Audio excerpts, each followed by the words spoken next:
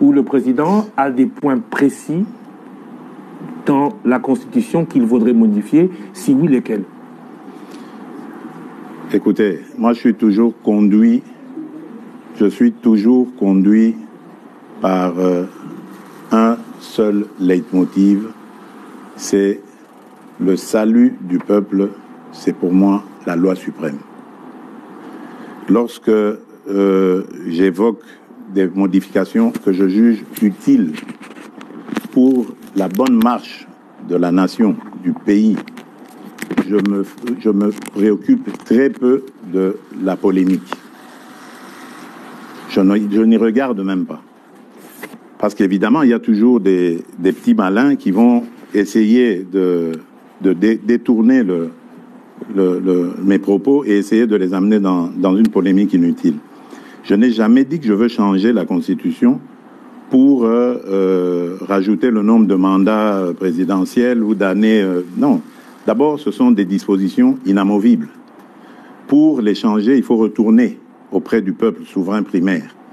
Mais par contre, les autres dispositions, mais telles que celle-là, qui nous posent beaucoup de problèmes. Regardez, vous l'avez dit. J'ai prêté serment le 20 janvier devant la nation. Et immédiatement après, la publication des résultats des législatives a commencé et les périodes de contentieux. Ça nous a pris presque 2 mois. Publication, contentieux, etc., retour, annulation et tout le bazar.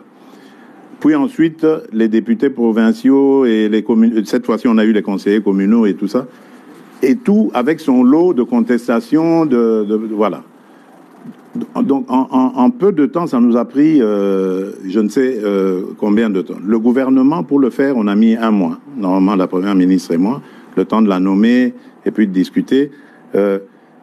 Voilà, donc on a tourné autour des choses. L'installation du bureau du Parlement, par exemple, ce sont des choses qu'on doit réfléchir à comment les réduire. On ne peut pas laisser 1 mois, par exemple. J'ai vu chez les Français ce qui se passe. Dès qu'on a le Parlement, enfin l'Assemblée nationale, ils prennent pas beaucoup de temps pour la validation de mandat. Mais chez nous, on prend 1 mois.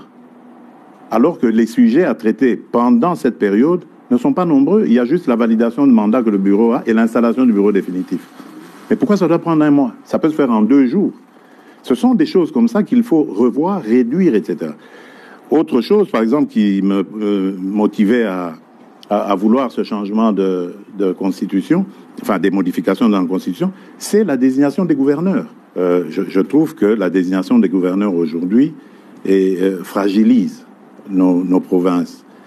Il faudrait, à mon avis, les gouverneurs étant des grands commis de l'État, qui soient désignés directement par le gouvernement en place et qu'ils rendent direct rapport au gouvernement.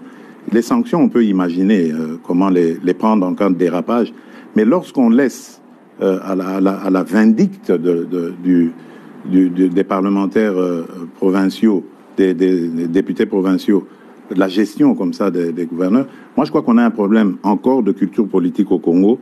Nous n'avons pas besoin d'aller aussi vite. Ça, c'est pour les pays qui sont outillés dans la démocratie, dans la gestion de la chose publique. Nous avons encore besoin d'apprendre et on doit y aller étape par étape. La réforme sur cet éclatement de l'administration a été très très mal faite à mon avis et précipitamment, et il faut revoir. Voilà pourquoi moi j'ai parlé à un certain moment de réunir une grande commission nationale de plusieurs experts, une commission multidisciplinaire qui ferait qu'on prendrait en compte tous les vrais problèmes de la nation, mais par des nationaux, pour avoir une constitution adaptée à nos vrais problèmes, pas celle qu'on a eue, qui nous a été parachutée venue des laboratoires étrangers. Voilà, on pourrait recourir à l'expérience étrangère, mais en fonction de nos expériences vécues au pays.